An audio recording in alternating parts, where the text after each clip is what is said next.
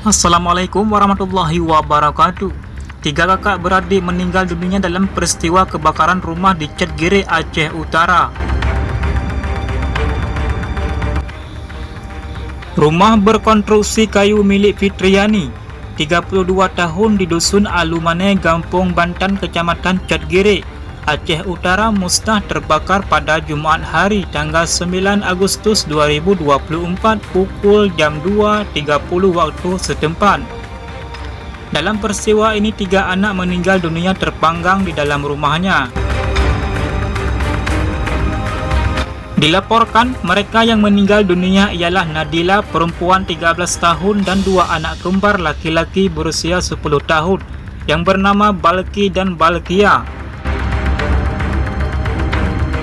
Kapolresta Aceh Utara AKBP Nanang Indra Bakti SH SIK melalui Kasih Humas Ibtu Bangbang mengatakan dalam peristiwa tragis yang terjadi, Fitriani, ibu para korban, dapat menyelamatkan diri bersama Kaila, anak bungsu korban berusia 3 tahun saat kebakaran terjadi.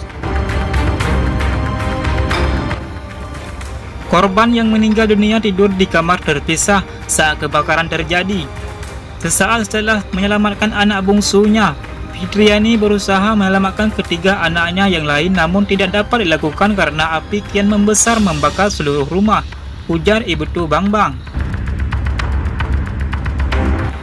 Ia menjelaskan saat awal peristiwa kebakaran terjadi, tidak ada yang mengetahui. Baru kemudian saat api membesar, warga sekitar datang membantu memadamkan api dengan alat seadanya. Diketahui, di rumah yang terbakar, Fitriani tinggal bersama 4 anaknya, sementara suaminya saat ini merantau bekerja di Malaysia. Mobil pemadam kebakaran tiba ke lokasi saat bangunan rumah sudah menjadi bara api, dan korban yang tewas terpanggang telah dievakuasi oleh anggota Kapolsek dan Koramil bersama warga setempat.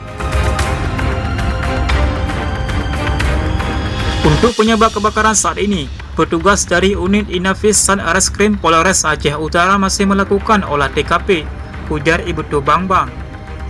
Hanya sekian, Assalamualaikum warahmatullahi wabarakatuh. NAT TV mengabarkan.